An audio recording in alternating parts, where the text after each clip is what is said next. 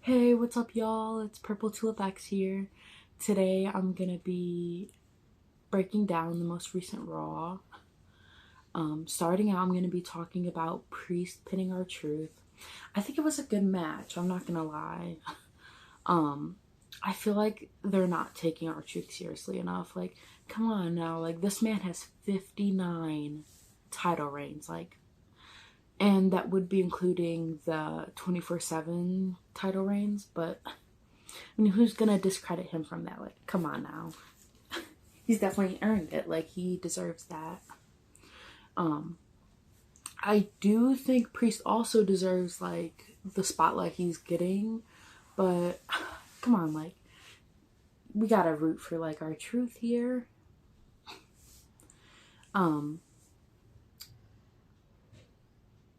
However, I do like the feud.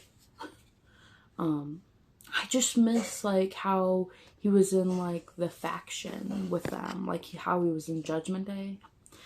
It was just so good. Like, live, laugh, laugh. Like, come on, where can you go wrong with that? I am pretty upset with the match where he fought JD McDonough, and JD McDonough lost because, like, JD McDonough sucks. And then he didn't, like, get out of Judgment Day. Like, are you kidding me? Like, of course they're heels, like, it makes sense, but like be real, you know what I mean? But I guess they're heels, so it doesn't have to happen that way. Now, moving on, I will be talking about the women's division, and I'll be starting that off by talking about Rhea and Becky, the fight that will be happening at WrestleMania, which will be a good match. Like, no matter which one of them win, like, I don't know who I'm rooting for, but I know either way it's going to be a good match, and it'll be a good fight. But what I don't like that's happening is I don't like how Becky Lynch keeps on fighting with low carders. Like, for example, her match on this Monday Night Raw where she fought Liv Morgan. Like, yeah, I get it. They're trying to hype Liv Morgan because she just came back and she's on that revenge tour. But, like, is it really a revenge tour if you keep on losing? Like, what's happening? You know what I mean? Like, I get it. Not everybody can win all their matches, okay? I understand that and I get that. But, like, she could have at least won, like, one or two with her coming back. But it just sucks. Like, I already knew Liv Morgan was gonna lose because, like, they're not gonna have Liv Morgan beat Becky and then Becky fight Rhea for the belt. Like, that wouldn't make sense. But it was just pretty much like a throwaway match, which sucked that they were doing that with Liv after she just had a return. Like, I feel like they do similar things to Naomi. Like, they never really took Naomi seriously either, even though she deserves it. Like, she's a good wrestler. She is a good wrestler, Naomi is, and so is Becky. So is Liv Morgan, to be honest. All of them are good. It's just, like, I don't think she should be fighting with low carders. Moving on to, like, another woman that's really took me for, like, a fool for me not expecting anything out of her is Tiffany Stratton. She just absolutely, like, has came into WWE and, like, really made her mark. It was just so surprising because, like, she just, like, started getting off of NXT and she's already making, like, a big move in the women's division. Granted, you know, in some of her moves, you could still tell she's on the newer side. But ultimately, like, she's doing really good with it. And I can't help but love to see her in the ring. I love her. It's Tiffy time. Like, you just gotta root for her. Like, what else would you be doing? As far as the main event scene, I think WWE is doing really good with the Drew McIntyre versus Seth Rollins. I really like the build up, and just like when Seth Rollins was like, Drew, come at me, like, I was just like, oh, what's gonna happen? You know, like, I think it was a very intense moment. I can't imagine how intense it would have been, like, actually being there in the crowd. Like, I couldn't imagine it. But we all know who we're rooting for.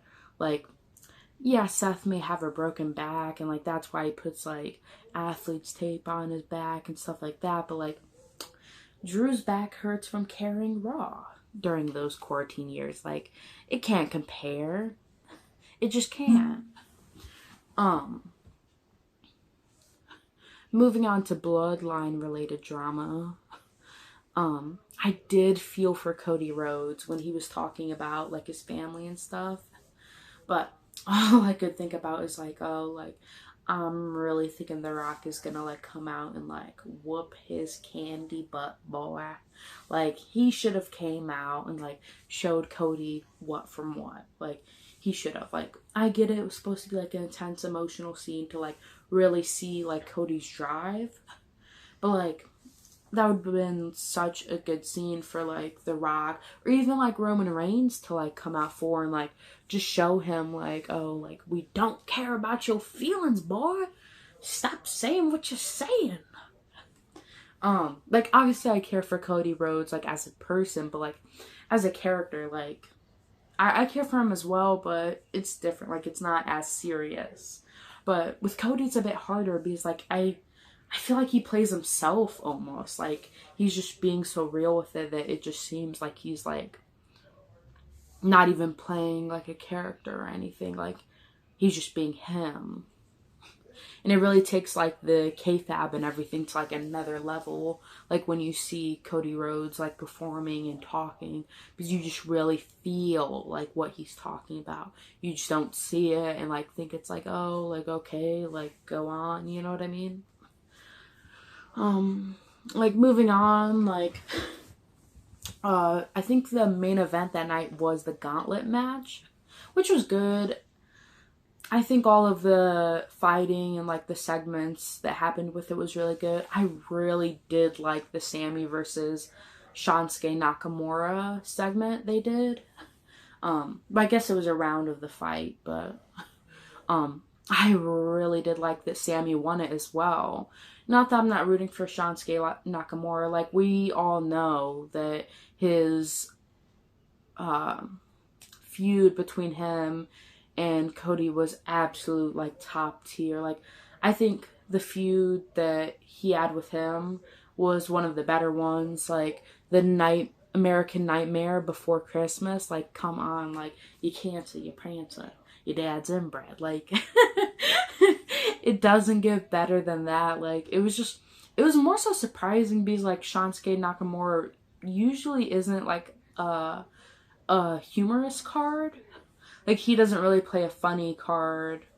And just like to see him like saying that, it was just like so weirdly funny. I don't know if I was the only one. Like, definitely let me know like down in the comments below if you laughed at that as well, or if you took it seriously. But I just don't know how you could. But I do like Sammy doing good. I think Sammy really deserves it. Like, he's a really good wrestler. He's a good fighter. I am sad, however, about Sammy and KO splitting. Like, I just feel like it's so sad that they're not, like, in a tag team anymore. I don't know if I'm the only one or not, but, like, I feel like they're both doing good. They're just, like, doing good separately, unfortunately. It's sad. But anyways, folks, that's the Raw wrap-up for today. Leave a like and a comment down below. Don't be afraid to suggest like a video you think I would do good commenting on. I don't care if it's WWE related or not. Like, I'll be sure to produce another one. But thanks for tuning in.